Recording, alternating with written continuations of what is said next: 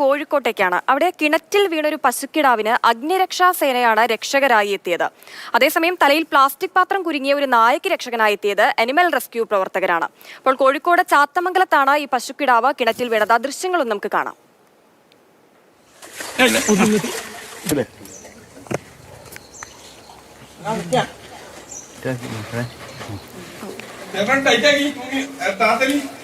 അതാ സാറ് ടൈറ്റായി പിടിക്കാം. ആ കയറുമ്പിൽ കെട്ടിക്ക.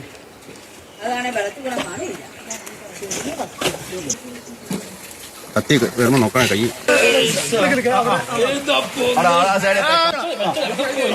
ഓക്കെ. പലപ്പോഴും ഇത്തരം സംഭവങ്ങൾക്കൊക്കെ കാരണക്കാരാവുന്നത് മനുഷ്യന്മാരുടെ ഇടപെടൽ തന്നെയാണ്. നോക്കുക, കിണറിനൊരു കൈവരി പോലും ഇല്ല. പിന്നെ എങ്ങനെയാണ് ആ മിണ്ടാപ്രാണി അതിൽ ചെന്ന് വീഴാതിരിക്കുക? നമ്മളൊന്ന് ശ്രദ്ധിക്കുകയാണ് എപ്പോഴും വേണ്ടത്. ഇംതിയാസ് കരീം ചേരുന്നുണ്ട് തത്സമയം. ഇംതിയാസ്, എന്തായാലും ആ പശുവിനെ രക്ഷിച്ചു എന്നുള്ളത് വളരെ സന്തോഷമുള്ള ഒരു കാര്യം തന്നെയാണ്. അഗ്നിരക്ഷാസേന രക്ഷകരായി എത്തി ഒരു പുതുജീവൻ കൊടുത്തു അല്ലേ?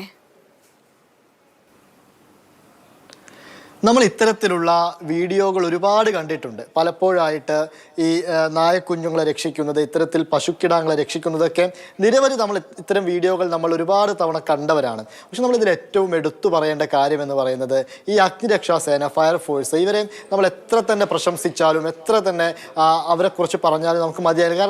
കാരണം ഇപ്പോൾ എന്തൊരു പ്രശ്നമുണ്ടെങ്കിലും, ഇപ്പോൾ ഒരു തീപിടുത്തം ഉണ്ടായിക്കഴിഞ്ഞാൽ, അതിലും വലിയ എന്തെങ്കിലും പ്രശ്നമുണ്ടായി കഴിഞ്ഞാൽ നമ്മളൊന്ന് വിളിച്ചാൽ ഉടനെ ഓടിയെത്തുന്നവർ ഈ മനുഷ്യരെന്ന് പറയുന്നത്. അതിപ്പോ മനുഷ്യരുടെ കാര്യത്തിൽ മാത്രമല്ല എന്ന് അവർ ഒരുപാട് തവണ ഇത്തരം വീഡിയോകൾ വരുന്നതിലൂടെ തെളിയിക്കുകയാണ്.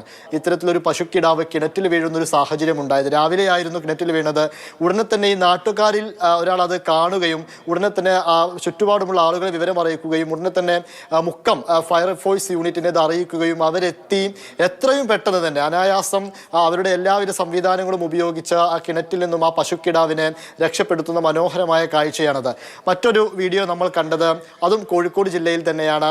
ഒരു നായക്കുഞ്ഞ് ഒരുപാട് സമയമായിട്ട് ഇതിൻ്റെ തലയിൽ ഒരു പ്ലാസ്റ്റിക് പാത്രം കുരുങ്ങി അത് ഇങ്ങനെ ഓടി നടക്കുകയായിരുന്നു. അങ്ങാടിയിലൂടെയൊക്കെ ഇങ്ങനെ ഓടി നടക്കുകയായിരുന്നു.